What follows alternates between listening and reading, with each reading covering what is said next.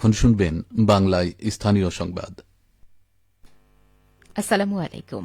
বাংলাদেশ বেতার, রাজশাহী। স্থানীয় সংবাদ পড়ছি শিখা খাতুন।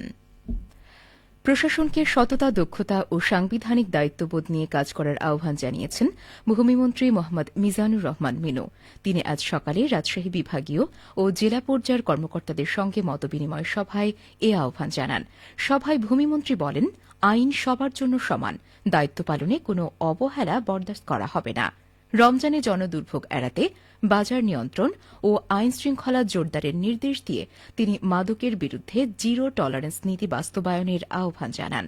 নির্বাচন পরবর্তী সময়ে সব দপ্তর সাংবিধানিক কাঠামোর মধ্যে পরিচালিত হবে বলেও উল্লেখ করেন মন্ত্রী। এর আগে সকালে সার্কিট হাউসে পৌঁছালে ভূমিমন্ত্রীকে প্রশাসনের ঊর্ধ্বতন কর্মকর্তাগণ ফুলেল শুভেচ্ছা জানান। পরে সাংবাদিকদের সঙ্গে আলাপকালে ভূমিমন্ত্রী বলেন, ভূমি খাতে কোনো দুর্নীতি বরদাস্ত করা হবে না। সততা ও নীতির প্রশ্নে কোনো আপোষ নেই।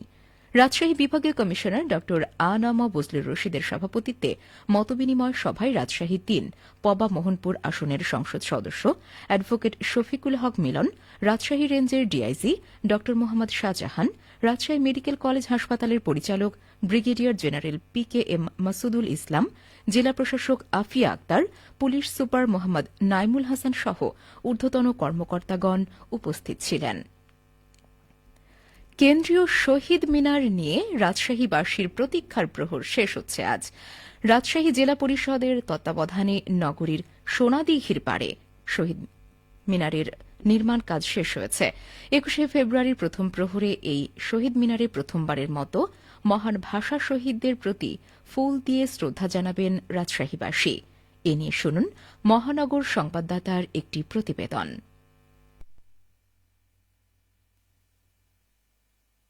আগামী ২১ ফেব্রুয়ারি প্রথম প্রহর রাত ১২টা ১ সোনাদিঘির পারে কেন্দ্রীয় শহীদ মিনারের শহীদ বেদিতে ফুল দিয়ে নবনির্মিত শহীদ মিনারটির আনুষ্ঠানিক উদ্বোধন করবে রাজশাহীবাসী। এমনটাই জানান রাজশাহী জেলা পরিষদের প্রশাসক মোহাম্মদ হাবিবুর রহমান। এটি জেলা পরিষদ রাজশাহীর উদ্যোগে এবং স্থানীয় সরকার বিভাগের অনুমোদন ক্রমে প্রায় ৭.৫ কোটি টাকা খরচ করে অত্যন্ত নান্দনিকভাবে আপনারা দেখবেন যে ঢাকার যে কেন্দ্রীয় শহীদ মিনার আছে অনেকটা তার আদলেই এটি করা হয়েছে। এটি আজকে ১২টা ১ শুভ উদ্বোধন হবে ফুল দেওয়ার মাধ্যমে। জেলা পরিষদের প্রশাসক আরো বলেন, ৭.৫ কোটি টাকা ব্যয়ে নির্মিত এই শহীদ মিনারটি সারা বছর তত্ত্বাবধানে থাকছে পৃথক জনবল। ইতিমধ্যেই আউটসোর্সিং এর মাধ্যমে ৩ জন সিকিউরিটি এবং ১ জন কেয়ারটেকার, মোট ৪ জন সার্বক্ষণিকভাবে সারা বছরই এটি দেখভাল করবে। আর আমরা এটি যাতে পবিত্রতা রক্ষা করা হয় এই প্রাঙ্গণের কেন্দ্রীয় শহীদ মিনারের, আমরা চারপাশে ফেন্সিং দেওয়ার জন্য, আমরা প্রাচীর দেওয়ার জন্য, যেটি বাইরে থেকে দেখা যাবে কিন্তু একটি নেটিং থাকবে। শহীদ মিনার প্রাঙ্গণের পবিত্রতা রক্ষায় সকলের সহযোগিতা চেয়েছে জেলা পরিষদ। আমি আশা করি সকলকে নিয়েই এটির পবিত্রতা এবং এই প্রাঙ্গণটিকে আরো সুন্দর করা যাবে ভবিষ্যতে। পরিবেশটাও আমরা খুব সুন্দরভাবে ফুল দিয়ে সাজিয়েছি। ভবিষ্যতে এটি আরো আকর্ষণীয় হবে এবং এটি আমি মনে করি সারা বাংলাদেশ ব্যাপী এটি সমাদৃত হবে। এর আগে জেলা পরিষদের মালিকানাধীন ইঞ্জিনিয়ারিং অ্যান্ড সার্ভে ইনস্টিটিউটের ১.০১ একর জায়গায় ২০২০ সালের ১৬ ডিসেম্বর কেন্দ্রীয় শহীদ মিনারের ভিত্তিপ্রস্তর স্থাপন করা হয়। রাজু আহমেদ, বাংলাদেশ বেতার, রাজশাহী।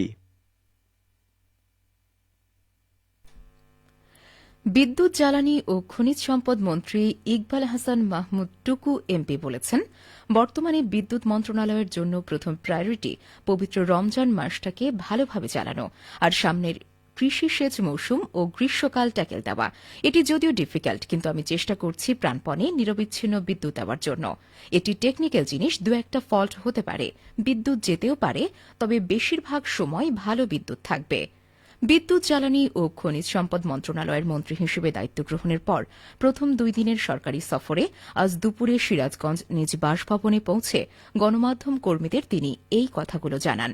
এর আগে জেলা পুলিশের পক্ষ থেকে মন্ত্রীকে গার্ড অব অনার প্রদান করা হয়। এ সময় সিরাজগঞ্জের জেলা প্রশাসক মোহাম্মদ আমিনুল ইসলাম, অতিরিক্ত পুলিশ সুপার হাফিজুর রহমান, জেলা বিএনপির সাধারণ সম্পাদক সাইদুর রহমান বাচ্চু সহ বিএনপি নেতাকর্মীরা মন্ত্রী ইকবাল হাসান মাহমুদ টুকুকে ফুলেল শুভেচ্ছা জানান। সবশেষে আবহাওয়া। আজ রাজশাহীতে সর্বোচ্চ তাপমাত্রা ছিল ৩০ ডিগ্রি এবং সর্বনিম্ন ১৬ ডিগ্রি সেলসিয়াস। বিকেল ৩টায় বাতাসে আপেক্ষিক আর্দ্রতার পরিমাণ ছিল ৩৯%। রাজশাহী ও পার্শ্ববর্তী এলাকায় আজ সূর্যাস্ত সন্ধে ৬টা বেজে ২ মিনিটে। সংবাদ শেষ হল। আমাদের পরবর্তী স্থানীয় ইংরেজি সংবাদ শুনবেন বিকেল ৫টা বেজে ১৫ মিনিটে।